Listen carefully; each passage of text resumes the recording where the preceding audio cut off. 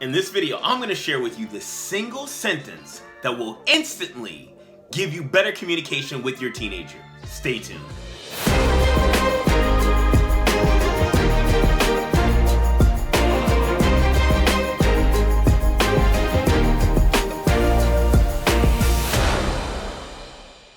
Hello everybody, Rahz here from 𝐂𝐍𝐉𝐎𝐘 and co-author of Student Success Secrets. Unlock the 7 secrets to inspiring and motivating success-driven teens. This channel is dedicated for helping teens understand how to overcome obstacles and turn those obstacles into opportunity using what we consider is the boom, building open-minded, optimistic, and motivated teens. If you're a parent, a teacher, or an educator, this is the channel for you. If this is your first time here, thank you so much for visiting us. Please consider to hit that button and subscribe so you never miss one of the videos we upload. In this video, we're going to be talking about communication and how you build the gap between where you are with communication when there's confusion, so there's 100% clarity and you can have a great connection. So here are 3 problems that I've seen when dealing with teens and parents in communication. Number 1, it is they come in with high emotion. Number 2, we don't listen enough. And number 3, we make assumptions. And I say we because I am a parent of 2 teens myself. And I understand that, a lot of times when there was different situations or challenges that were presented to me, my emotional state would dictate how I interpreted the situation or how the communication would happen. Now, let me share with you this. You want to learn in any interaction with your teens how to respond and not react.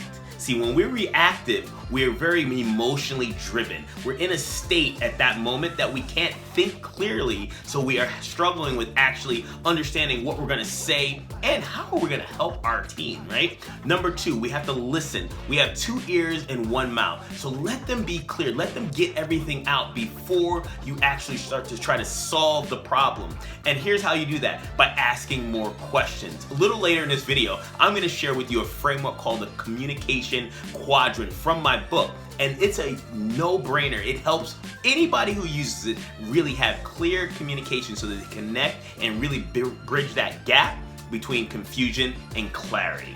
And the third one, assumptions. A lot of times as parents, we assume we know the answer. We assume we can solve before we actually really understand all the details. It is super important to understand all the details before we ever make these assumptions, because this is where the friction happens. And when there's frictions, the kids start to withdraw. They start to kind of they go, oh, you don't understand me, and they feel like they're being ignored. Do you remember when you were a teen? The number 1 thing you wanted was respect. You wanted to earn that respect. You wanted your father, your mom to listen to you. See, if we're not listening and we're talking, we're not allowing them to communicate with us. And this is where that breakdown happens in the communication. So I really want you to remember these 3 problems. Number 1, you want to make sure that you listen more than you talk. Number 2, don't make assumptions. And number 3, you want to make sure that you understand the emotional state you're in. If you're in a heightened state, you're already wound up, wait a second, take a minute, relax, take a deep breath, and you want to respond, not react. Those are the 3 problems that I've seen in communication when dealing with teens. Now that you understand the 3 problems with communication as a parent with your teens, I want to share with you a quick story. This story comes from Mark Brackett's book, Permission to Feel. And before I even get into the story, I really highly recommend this book. If you haven't read it yet, I'm going to put the link in the description where you can go and grab it. It's an amazing book. It talks about understanding the feelings and how many feelings teens are going to experience as they go through adolescence, preteens, and into teens and adulthood. And it really dives into some of the psychology of how a parent can truly overcome any of the obstacles when it comes to communication and really help their teens succeed. So let me tell you the story. In the book, Mark talks about a time where his father, he was actually being bullied, and his father wanted to make him a tough guy. His dad's from Brooklyn. He had that Brooklyn accent, right? And he just wanted to make him a tough guy. So he put him into martial arts. A lot of kids done that. You might even have tried that, right? And Mark automatically didn't really want to do martial arts, but took to it because he wanted to do what? He wanted to impress his father. And by impressing his father, he really was going to go in there, he's going to learn it, and in 4 months he wanted to go and get his yellow belt.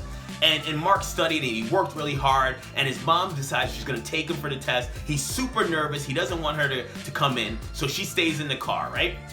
And this is, he goes in and he takes a test and he doesn't pass, he fails. So right away, Mark is overwhelmed with a whole bunch of feelings and emotions. He's angry, he gets in the car, and the first thing he does is he takes it out on his mom. I hate this, I don't want to do this anymore. And he's screaming at her. And immediately what she does is, because now remember what I said about the first problem. She's in a heightened state because now she was nervous. She was really anticipating him coming in the car all excited, and it changed her state. Now he's yelling at her, she's yelling back at him. I'm gonna tell your dad what you said. You can't treat me this way. And his dad is a reactor. So as soon as his mom tells him about how the kid Mark just treated her in the car, he's gonna respond and react at him. All this does is create a communication breakdown.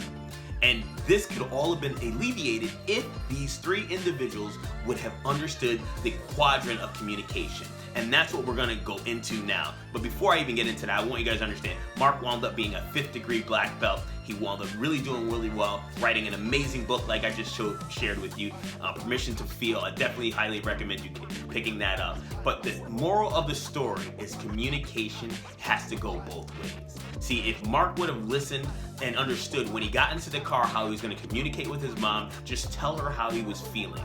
If she just asked questions, he would have got a better response or reaction from him.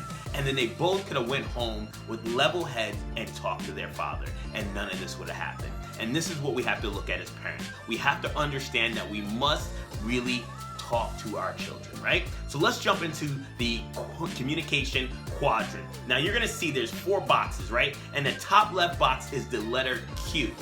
And in the top left box, that Q stands for question. You have to ask questions if you want to communicate better. It doesn't matter if you're in your occupation, you're working with teens, you're a teacher. If you ask better questions, you're gonna get better answers. And this will allow your communication to go deeper. The deeper you go into the communication pathway, you're going to have better understanding of what the challenges are and be able to come up with better solutions. And the key here is ask better questions. So you can see it says ask under there. You have to go, so tell me more about that. That is interesting. Why is that? How can you, what do you really want to get out of that? Why is that? If you keep asking the why, the what, and that just leads people on to tell me more about that, they'll go deeper. I can tell you that I've used this both in business, in life, in coaching clients, and it works every time. So the Q is questions, right? Now you gotta go to the right is the L. You have to listen. You really need to listen more. Too many people tend to talk and not listen. And when you're talking, you can't take in information and understand it clearly, right? Especially dealing with teens. Teens are emotional. They're like, wow, this is the end. My life is over. I can't believe it. You just got a bad grade.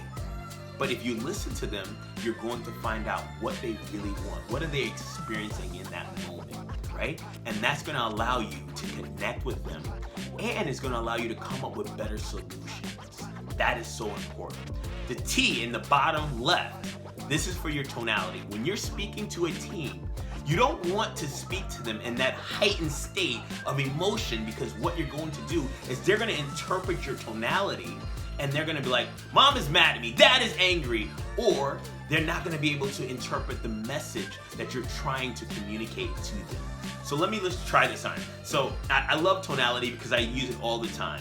You know, if I wanna show that I'm being compassionate, I'm gonna lower my tone and I'm gonna talk like this. This will allow you to understand that I truly am listening to you and I'm not just talking at you. Right? But if I'm excited about something, I'm gonna change that tonality. I'm gonna project it out at you, right? See, tonality is one of the key ways of communication. It really doesn't matter the words we choose to use, it's the tonality, and the last part of the quadrant, the body language, right? The B is for body language. You wanna have open body language when you're communicating with teens. You don't wanna be like this. You don't wanna have your head down. You wanna be able to control your breathing, your tonality, and your body. So open posture will give you a sense of, okay, I'm inviting, I'm letting you speak. Now, one thing I will share with you is that you don't want to lean back in your chair, because this body language tells your son, your daughter, your child that you're not interested. You want to be up, you want to be listening, but you want to be open. Have your hands open. Speak to them like this. That will allow them to understand from an energy standpoint what you're trying to transmute to them. This is so important. So we have the Q, question, the L, listen, you have the T for tonality, and the B for body language. If you put this together, I can promise you, your communication with everybody, whether it's a teen, whether it's a student, whether it's your own child, is going to improve 100%. Because now you're looking at these different things, you're listening for clues, and you're asking better questions. Now let me give you the #1 question you can ask your child to instantly improve the communication, and that is, tell me more about that. How can I help you? I'm here. How can I help you? I'm here. Once you say, how can I help you? I'm here, they're gonna say, help me with what? And then you just say, hey, you know what, little Johnny, what's going on at school today? You know, how's baseball going? And you just keep going. Now, I can tell you, my son Nicky, he definitely does. When I ask him how his school day is, it's all right. I'm doing good. Yeah, it's good. But what I do is I consistently use that cue.